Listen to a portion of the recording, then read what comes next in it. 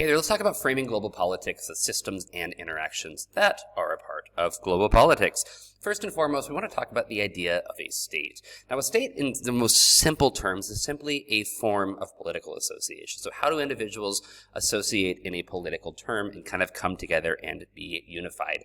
It is important to understand that a state is distinguished by another by having its own independent structure of political authority. So an individual state has its own way of structuring its politics. You can see a passport stamp right through there. These are all different states as well. State of Australia, the state of Switzerland, it looks like. All the different places, the Cayman Islands, right? This is how a state has got a political structure that is different from all other political structures around it.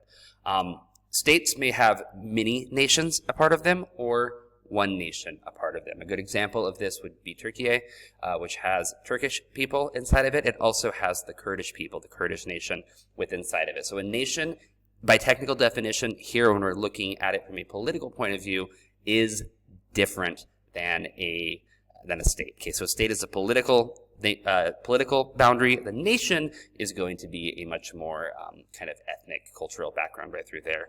A government is technically not needed in order for a state to function.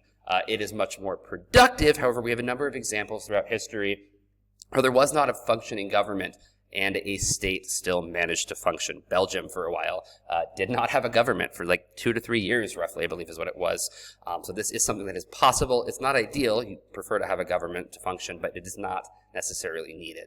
Now, the modern idea of a state is going to originate from the Treaty of Westphalia in 1648. Now, this is going to end the 30 Years' War in Europe. I believe that's the one.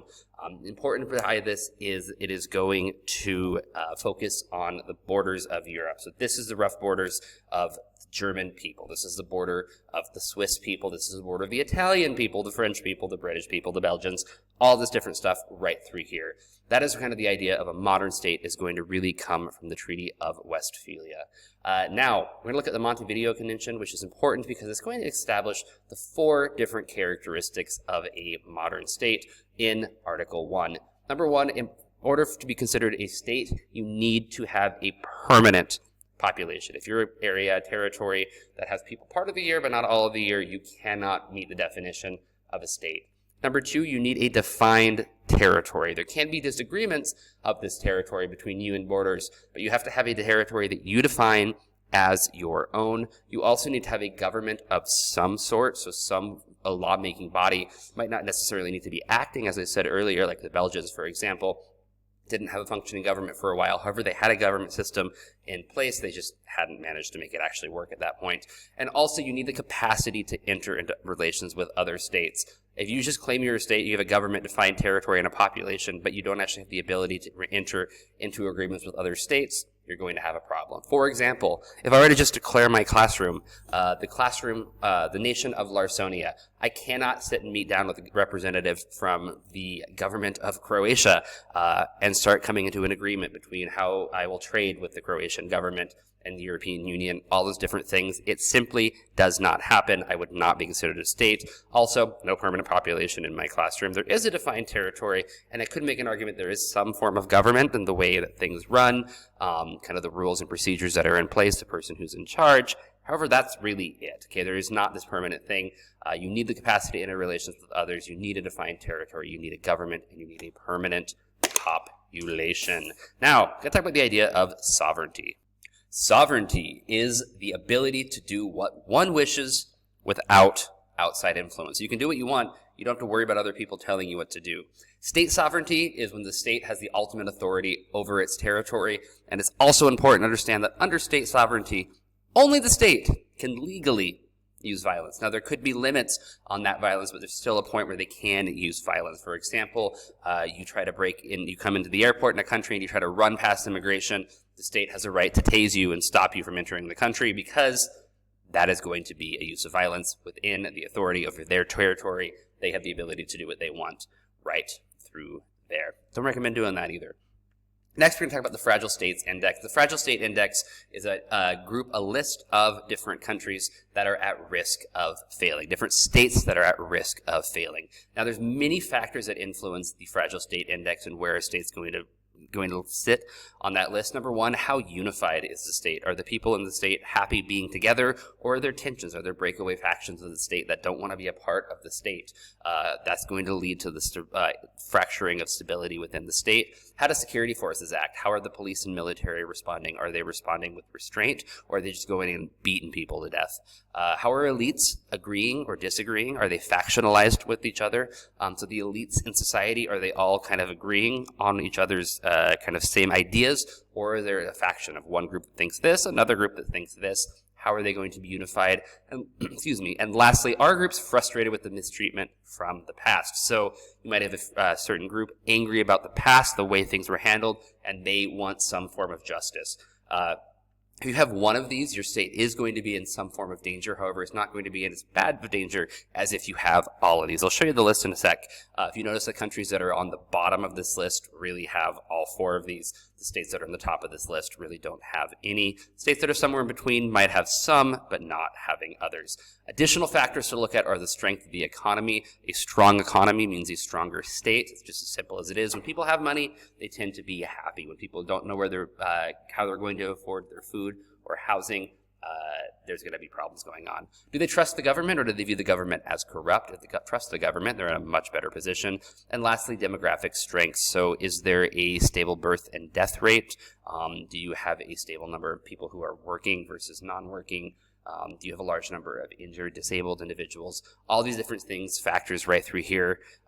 Male to female ratio, is it balanced? If it's not balanced, you're going to have problems. So looking at these three things as well, countries that are struggling in all these areas are definitely the ones at the bottom of this list. So these are the different things you're going to look at. Indicators, you can see it when you go onto their website. You'll see this list. You'll see these little symbols. This is what they look at. Okay, so social factors, so refugees. Immigration tends to be a huge social issue talking in the world today, particularly in Europe and the United States and the West.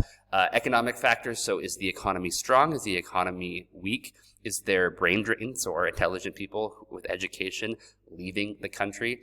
Political indicators, is the state legitimate? Are there services in place, infrastructure, is the government providing for these groups and things that are needed? Are human rights being protected, and is there a rule of law, or is it a rule simply by law? Security apparatus, cohesion, how are things going in the group? Are the elites fractured or not? Is there one group that has a large grievance? How are the police and these individuals in the military responding to situations going on? These things together break down even more in detail, and you can see that on each individual country if you would like to look at that. Right here's the 2023 report, the states at high alert. So you can see there, the very high alert is the state that is the most fractured. Based off of this list and this demographic, it is Somalia. Not surprising, considering they have not had a functioning government, really been in a state of anarchy since the mid-90s. Same with Yemen, state of civil war. South Sudan, the newest country on earth. Afghanistan, about 40 to 50 years of constant war. Different countries like here compared to the more sustainable ones. Noticing different demographic things, shifts you can notice here. Majority of the sustainable countries are in Europe compared to the countries that are on high alert are going to be in either Africa or portions of the Middle East. You can see that for the most part right through there. You have a racial demographic as well. Countries predominantly made up of white people compared to countries of non-white individuals. You have impact of colonization as well. Countries on the blue, the very sustainable, tend to have not been really colonized the same extent as the high alert. There are some differences right through there. The Irish would certainly look at that differently, as I believe that's the biggest one right on there, but British colonization, and there's still impacts of that as well. However, there's going to be this kind of different setup right through here. Moving in a little bit more in detail, looking at the 2023 report on countries that have gotten worse and become less stable and countries that have become more stable. Notice Yemen is one of the more stable countries that has grown in the most positive direction. They're still at the second to last on the list, but again, it does show that they are making progress. It also shows how far down they've been. Ukraine has been the country that has worsened the most, not surprising considering the invasion that has happened in that country recently by the Russians. Russia has also gone down on that list. Again, not surprising. Look at these different factors. You can kind of understand and figure out what might be going on as students in a politics course, to be able to look at data and try to make a reason and a rationale and understand, well, why is North Macedonia getting better compared to Palestine getting worse? Making those understandings will help you as you progress in the course. Questions, comments, let me know. I'll see you later. Good luck.